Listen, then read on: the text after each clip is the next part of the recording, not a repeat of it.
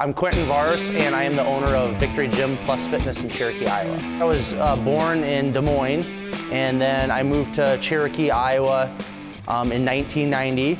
And so basically my whole childhood was sports. So from a very young age, I started playing sports. Usually, kind of in this area of Iowa, we start out playing soccer. And so sports was kind of everything that I was focused on as a kid. But really where there was a huge shift in my life and a huge transition in my life was when I was summer going into my 4th grade year. My parents were business owners here in Cherokee on Main Street. And Ralph Kroger, who had Victory Gym, he opened up Victory Gym back in 1990 in my hometown of Cherokee, Iowa. And so Victory Gym is pretty close to Main Street here in Cherokee, and my younger brother Brett and I, we grew up at my parents' shops in the summers when school wasn't in, and we were just kind of always bored. And so my mom one day just kind of got tired of my brother Brett and I saying like we're bored and probably annoying her a little bit. So she said, you know what, I'm going to take you over to Victory Gym to see Ralph. He's going to set you up on a lifting program, and you guys are going to learn how to lift weights. So so my mom brought us over. And the rest is kind of history. My younger brother Brett kind of fell off, in a short amount of time. But I can't really say like the moment that I was like, bitten by the iron bug, or the moment that I was just like, man, I love this. I was just from a very young age. There's been as far back as I can remember, from a very young age, there's just something inside of me that I just feel like I'm different. That there's just some sort of like. Big calling upon my life, and there was, and tied into all that was just like work ethic. My dad, worked his way up from a teenager up to being a manager of Fairway food stores, which people in Iowa are very familiar with Fairway, but his first manager's position was here in Cherokee, and that's why we moved to Cherokee. But the point that I'm trying to get at is that I grew up with my dad working literally 80, 90 hours a week at Fairway, kind of, just grinding, working his way up. And then when we were here in Cherokee, just, when you manage a store, oversee a business, there's a lot that goes in that. So my dad wasn't necessarily present a lot when we were younger, just because he was working so much, but that work ethic that my dad had was just something I think that was innate within me when I was born. And then also my mom, I tell people all the time, she's the hardest working woman I've ever met in my life. She's a farm girl from Winterset, Iowa, and she just loves to be outside, and she works and works and works. So I think that work ethic that my parents kind of had was instilled in me, was something innate within me. So this combination of this having this feeling of this big calling and just this work ethic and this discipline that I saw in my parents, that was just something that was in me. And so going back to the gym experience, there wasn't like this moment where it's like, man, I love lifting weights. It's just something like I was playing sports, and Ralph Kroger, again my childhood mentor, the gentleman that opened this gym, Victory Gym, he would tell me, he said, if you lift weights, you're gonna be better at sports. So me being a young kid, and then Ralph, Ralph is a former Mr. California, former Mr. Natural Universe. He competed against Sergio Oliva, which is a former Mr. Olympia. He competed back in the 60s and 70s, which is known as the golden era of bodybuilding. So I walk into Victory Gym, there's all of these, Ralph was on, I think probably 5, 6, 7 different magazine covers. So the magazines were up here in the gym in the entryway. There's pictures of Ralph, there's trophies. When you're a little kid, and I think especially when you're a little boy, there's something you're attracted to with muscles and people that are maybe a little bit more aggressive, and I was really big into WWE wrestling, and then the football, and kind of just that masculinity, right? When you're a young boy, you're attracted to that. And so I think just there was a lot of combination of different things that really kind of pulled me into lifting weights. But I think the biggest thing was just Ralph instilling me, if you continue to do this, if you get stronger here in the gym, you're gonna become a better athlete. And that kind of ties back into what I said initially, and that is my whole childhood, my whole life up until I quit football after my freshman year in college when I was 19. My whole life was sports, that's all I cared about. I decided to compete again in 2021. because my childhood mentor, Ralph Kroger, and then the other gentleman that I also call a childhood mentor, Dave Lawrence, who taught me how to do powerlifting, they both passed away in 2019. So a big part of me deciding to compete again, 5 years after I first competed, is to carry on the legacy of Ralph Kroger and Dave Lawrence. I really want to do this for them, but then also it goes back to being that example and practicing what I preach. So Ryan's the gentleman that I reached out to back in 2016 to prep me for my first bodybuilding show, and then I competed in his show.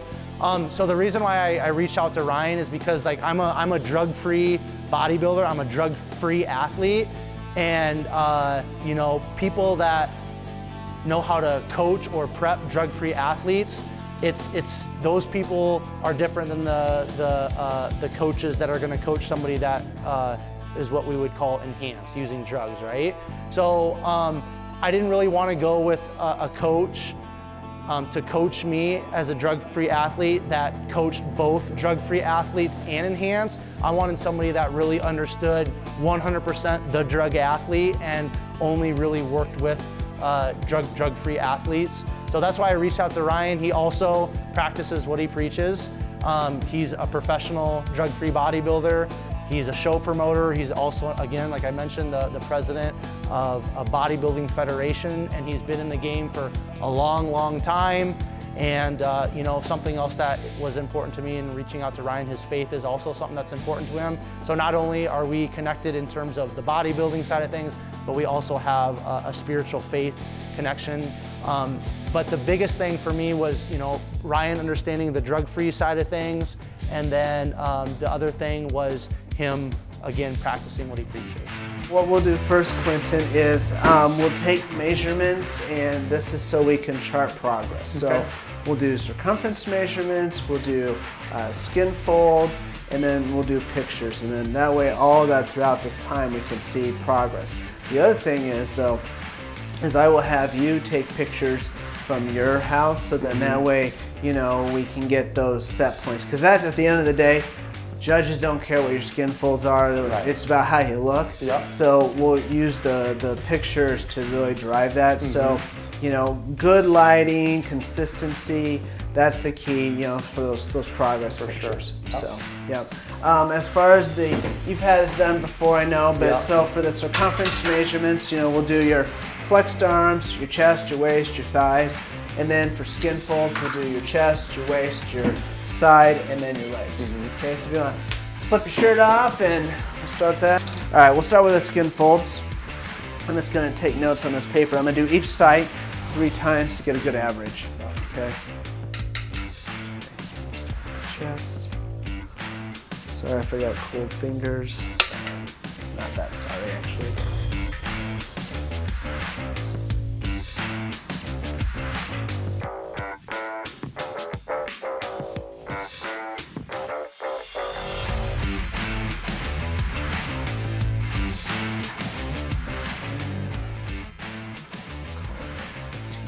Okay, let's do the other one there. Crack, crack. Twist it. Yeah.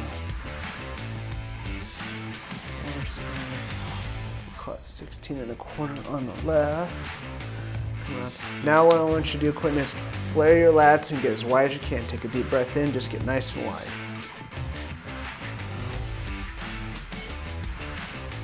Okay, we're gonna go. I'm going to go 9 inches on you. So there's 9 inches. Around that. Okay, there's that. We'll call it 6.5. Okay, turn the other side. We'll do the other leg. 9 inches. Let's say 26.5. 9 inches is right there.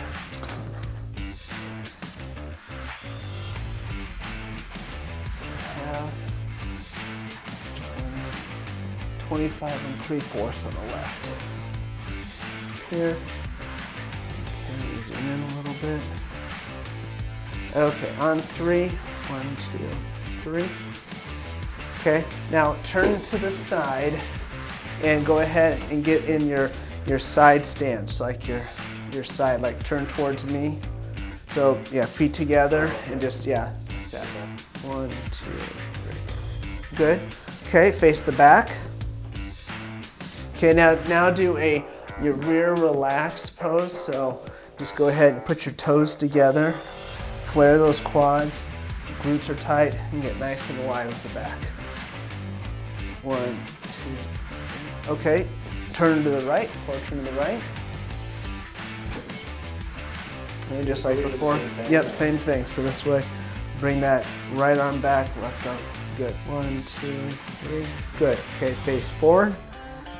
Okay, now we're going to do the front relaxed stance. Okay, so again, flare your quads. I have if I remember right, my heels are touching. Right, Yep, Ryan? yep. Okay. Yep, pointed out. Toes are pointed out. Good. 1, 2, 3. Good. Okay. So now let's work on the mandatories. Good. And just looking at your physique, seeing how. Let's relax a little bit. Let's look at your legs. Maybe try not to bend your legs quite so much, or bend your knees quite so much. There you go, let's try that. Give me a little space between your heels. You look a little, there you go, yeah. You still want those adductors to touch, but you don't want to like have your legs so close together they're squished. Start with the legs first. There you go. Now make sure you're engaging your glutes when you do this too. Pull it in. There you go. Good. Now relax, like really relax. Good, awesome. So as you're posing, Quinton, I want you to pose or practice that way.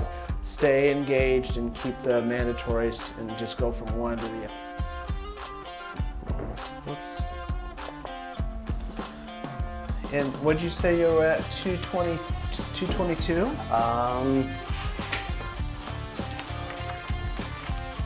222.3 this morning. 0.3. 22.3. All right, let me just, I'm gonna see where your body fat is right now, and then we can use that as a guide. Now, obviously, as you know, it's not the only thing that we're gonna be focused on, but it is a good indicator of where we're gonna need to be, so. Do you remember what you weighed last time you stepped on stage, off the top of your head? No? I don't. I can look. So, right now, according to my calipers, I've got you at 12.18, which is a great starting body comp. It's a good place to start from.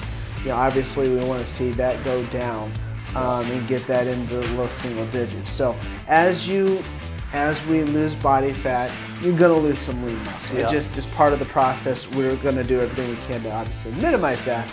But let's just say, as far as competition prep goes, you know, looking at lean body mass, we'll say 190, 1.5% is a good gauge, and that puts you in right about 200. Okay, so I think that's a good mental frame as far as where we're going to need to go. And so we back into that and say, okay, from a fat loss perspective, what's that look like each week? And I'd say, based on that, you know, a good 20, 22 pounds, call it, so about a pound a week, and that's just a good gauge. And so, you know, the other thing there is that iliac crest, we want to get that down to like 5, and so we're at 15. So, and I think that's, and we've got the right amount of time to do that.